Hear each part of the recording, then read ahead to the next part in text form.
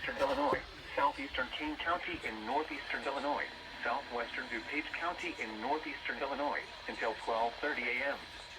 At 11:50 p.m., severe thunderstorms were located along a line extending from Oswego to 7 miles east of Newark to near Seneca, moving northeast at 55 miles per hour. Hazard, 70 miles per hour wind gusts. Source, radar indicated. Impact, expect considerable tree damage. Damage is likely to mobile homes, roofs, and outbuildings. Locations impacted include Aurora, Joliet, Naperville, Bolingbrook, Wheaton, Downers Grove, Romeoville, Plainfield, Oswego, Glen Ellen, Lockport, Lisle, Yorkville, Morris, Shanahan, Minooka, Seneca, Woodridge, Montgomery, and Shorewood.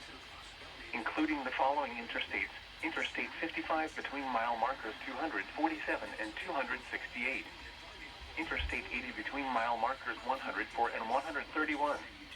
Interstate 88 between mile markers 125 and 131.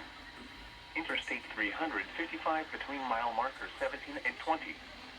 For your protection, move to an interior room on the lowest floor of a building.